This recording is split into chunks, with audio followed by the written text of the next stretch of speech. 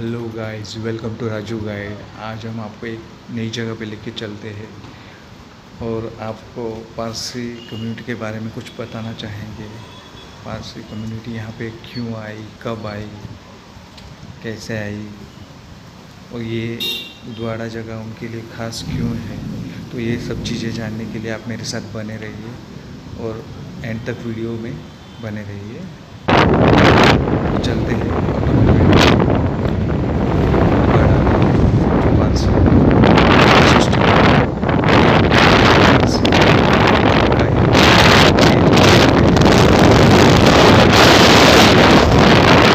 Parsi community की तरफ, गांव की तरफ। ये एक पारसी गांव में वहाँ पे है, इसमें एंटर किया है। यहाँ पे पारसी लोगों के लिए क्यों खास है ये जगह, क्या नाता है पारसी का है इस जगह से, ये सब जानते हैं। आइए चलो। ये पारसियों के कुछ घर है, पुराने घर है जो हेरिटेज की श्रेणी में आते हैं। पुराने कुछ अंग्रेज टाइप के, पोर्टुगीज। आज भी ये घर वैसे के बने हुए हैं, वैसे के वैसे ही बने हुए। पारसी लोग आए कहाँ से? तो ये आज का जो ईरान है ये पहले पर्शिया हुआ करता था, तो पर्शिया में रहने वाले पारसी कहते हैं। ये पारसी कम्युनिटी वहाँ पे एक ज़ोरास्ट्रियन धर्म को जरतुष्ट बोलते हैं उसको, वो धर्म को फॉलो करते थे। उसे श्री पाक दादा और मजदा नाम के पैगंबर ने स्थापित किया था। तो पारसी बेसिकली अग्नि की पूजा करते हैं, पवित्र हमेशा पूजा करते हैं। तो वहाँ पारसियों को वहाँ से भारत क्यों आना पड़ा? क्योंकि उस समय करीब 14 साल पहले वहाँ पे अरेबिक लोगों का इस्लाम धर्म को फैलाने के लिए एक मुहिम छिड़ पड़ी थी। तो उसमें बहुत से ईरान में भी वही चल पड़ा। आज का जो ईरान है वो पहले पर्शिया हुआ करता था। पर्शिया में वहाँ पे लाखों पारसियों की कत्लेआम हुई इस्लाम के प्रभाव के चलते हुए, और उसी के चलते पारसी लोगों को मजबूरन भारत का रुख करना पड़ा, क्योंकि उनको अपना अस्तित्व बनाए रखना था, अपने मज़हब की रक्षा करनी थी।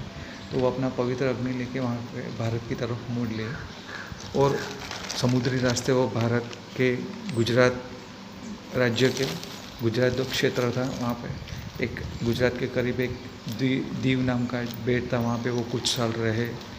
फिर वहाँ से कुछ साल रहने के बाद वो संजान बंदर की तरफ मुड़े। वहाँ पे घूमते घूमते संजान बंदर उस वक्त एक व्यापारिक केंद्र था।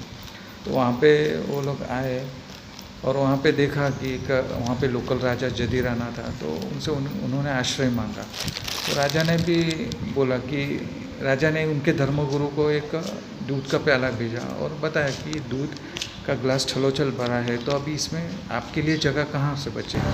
तो पारसी धर्मगुरु बहुत ही चतुर थे, तो उन्होंने उसमें एक शक्कर मिलाई और वापस राजा के पास भेज दिया। तो राजा समझ गए, तो उन्होंने एक तरह से मैसेज दिया कि जैसे ये शक्कर दूध में घुल मिल जाती है, वैसे ही वहाँ के राज्य में घुल मिल करें, तो वही, और आपको शिकायत का कोई भी मौका नहीं देंगे। तो वही वचन पे आज वो लोग, पारसी लोग आज कायम हैं, वो उसी तरह से रहते हैं। और उन्होंने भारत देश के लिए आर्थिक सामाजिक रूप से बहुत सा योगदान दिया है। और हालांकि वो लोग तादाद के हिसाब से बहुत कम है, लेकिन उन्होंने ये योगदान दिया हुआ है। और आज यही जो जगह दिख रही है आपको वीडियो में, तो ये उनका एक धर्मस्थल है पारसी।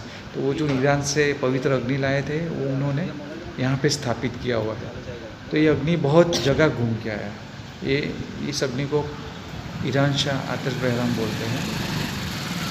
और ये जो घोड़े दिख रहे हैं पंख वाले, तो इनको पारसी मज़हब में गाँव बादशाह कहते हैं।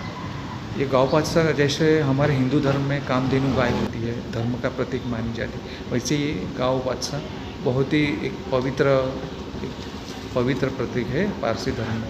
ये हर एक अग्यारी, जैसे ये अग्यारी बोलते हैं पारसी मंदिर को, तो वहाँ के गेट पे आपको ये मिलेगी ही। मुंबई में भी आपको इस तरह का नज़ारा देखने मिलेगा। लेकिन ये पारसी धर्म की सबसे पुरानी, जो ईरान से अग्नि लाए थे, अग्नि देवता जिसे ईरान शाह आतिश बहराम बोलते हैं, तो ये यहीं पे स्थापित किया हुआ है पारसी धर्म में। यहाँ पे ये लोग संजान आए, संजान के बाद में महाराष्ट्र के तलासरी प्रदेश में बाहरोट में कुछ साल रहे। वहाँ से वो गुजरात के ट्राइबल एरिया वांसदा में गए, वांसदा से सूरत और सूरत से फिर नवसारी आए। फिर नवसारी में कुछ साल ये पवित्र अग्नि था। उसके बाद में आपसी मतभेद के चलते ये लोगों ने एक मीटिंग करके एक जगह चुनी जो ये अभी हम देख रहे हैं उदवाड़ा है। तो ये इसीलिए पारसी लोगों के लिए एक खास जगह है और इसमें नॉन पारसीज को अलाउड नहीं है। जैसे ये बोर्ड में लिखा हुआ है कि नॉन पारसीज को ये जगह में ये धार्मिक स्थल में एंट्री करना मना है, क्योंकि पारसी धर्म और नॉन पारसीज को किसी भी चीज़ में अपने धर्म में अलाउ नहीं करता है।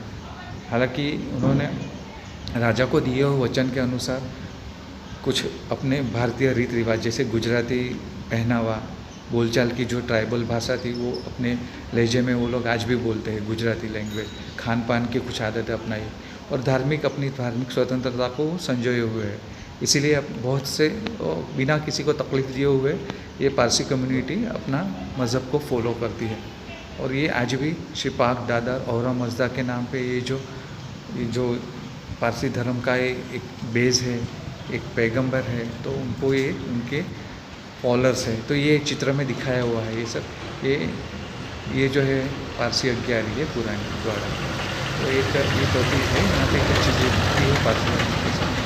तो ये जो औरा मजदा है, ये जो चित्र दिख रहा है तो ये पैगंबर है औरा मजदा, श्री जरतुष्टी धर्म के ये महानायक है। तो इन्होंने ये जरतुष्टी धर्म जोराष्ट्रीय धर्म की स्थापना की थी। तो यही चीज़ें हैं सब यहाँ पे दिखाने की कोशिश हम कर रहे हैं कि ये जो पारसी लोगों के लिए क्यों खास है ये उदवाड़ा जगह। तो इसी के लिए हमने ये वीडियो बनाया और ये आपको आप तक ये जगह ये सब चीज़ें पहुँचाई है।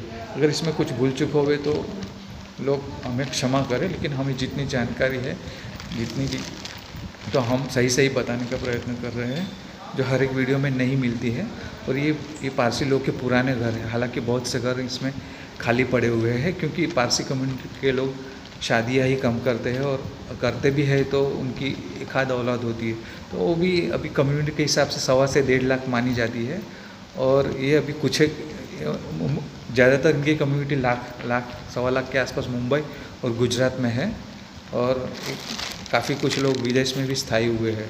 तो दुनिया भर से यहाँ पे लोग ये अग्यारी में बंदगी और पूजा करने के लिए आते ही है हमेशा। लेकिन ये घर जो है कभी कभी वीकेंड में कुछ लोग आ जाते हैं रहने के लिए, यहाँ से जुड़े हुए हैं। ऐसा नहीं है कि ये पूरे कट चुके हैं, लेकिन यहाँ से जुड़े हुए हैं। हालांकि उनकी तादाद अभी कम हो गई है और सब एजेड लोग बहुत ज़्यादा है, यंग पॉपुलेशन बहुत कम है। तो यहाँ पे भी उनमें भी पारसी कम्युनिटी में अभी सर्वाइवल वो लोग अपने अस्तित्व से जूझ रही है। और अभी कुदरती तौर पे ये लोग अपना एक अस्तित्व बनाए हुए हैं कि एक भारत में उनको एक पनाह मिली और उन्होंने अपना भी दायित्व बहुत अच्छे से निभाया है, देश के लिए भी बहुत कुछ किया है। जैसे कि आप ये नाम सुनेंगे, जैसे जमशेदजी टाटा है, उन्होंने एक औद्योगिक क्षेत्र में क्रांति लाई है। उन्हीं के वंशज स्वर्गीय रतन टाटा जो हाल ही में उनका देहांत हुआ, तो ये उन्हीं के वंशज हैं। उन्होंने बहुत सी चीज़ें अपने देश को दी है और बहुत से सामाजिक कार्यों में वो आगे रहते थे। चैरिटी में ये कम्युनिटी बहुत आगे रहती है, इनकी एक विशिष्टता है। तो ये कम्युनिटी अपने वचन पे आज भी कायम है। वो एक माइक्रो कम्युनिटी होते हुए भी उन्होंने इनका देश और दुनिया में इतना बड़ा योगदान है। और ये अपने धार्मिक नियमों को बहुत फॉलो करते हैं, किसी को तकलीफ ना देते हुए, और अपना अस्तित्व इन्होंने टिका के रखा है। तो ये उदवाड़ा गांव की कुछ ये घर है, आपको दिखा रहा हूँ। देखो, इनमें आपको ये अशोक सरोवर का ये चिन्ह दिख रहा है, जो पारसी धर्म में एक लोगों की तरह है। ये चीज़ बहुत, ये लोगों को देख के ही आपको पता चलेगा कि ये पारसी का चिन्ह है, पारसी धर्म का। हालांकि गुजरात और महाराष्ट्र में सब इनके बारे में जानते हैं, लेकिन अपने देश में बहुत से लोगों को पारसी क्या है, पारसी चीज़ क्या है, ये कौन लोग होते हैं, तो इनका पता नहीं होता है। इसीलिए ये सब चीज़ें हमने इस वीडियो में बताने की कोशिश की हुई है। और इनके घर के आसपास एक कुआं ज़रूर रहता है। तो ये कुआं एक हमारे हिंदू धर्म में जल देवता बोलते हैं, जो पानी की भी आराधना करते हैं, जल देवता। तो ये पानी को पानी के देवता को ये आवा यजत बानु करके बोलते हैं। तो श्री आवा यजत बानु की आराधना ये कुएं में पानी की पूजा करके ये करते हैं। तो ये अपने घर के पास एक कुआं, ये पारसी लोगों का जो घर है उनके आसपास एक कुआं ज़रूर आपको दिखेगा। तो ये इसका एक मीनिंग है, कुछ धार्मिक मीनिंग है। ये जल की, अग्नि की, ये पृथ्वी में ये जो भी है पंचमहाभूत की है, ये बहुत अदब के साथ, नीति विधि तरीक़त के साथ पूजा करते हैं। तो ये काफ़ी कुछ हिंदू धर्म से बहुत सा मिलता जुलता है इनका। इनके धर्म में ये एक अग्नि की ही पूजा की जाती है, कोई धार्मिक मूर्ति की पूजा ये नहीं करते हैं। और इनमें एक ये चीज़ें बहुत सी अपने हिंदू धर्म से बहुत सी तालमेल खाती है। और इसीलिए ये हिंदुस्तान को कहा जाता है शेल्टर मदर ऑफ और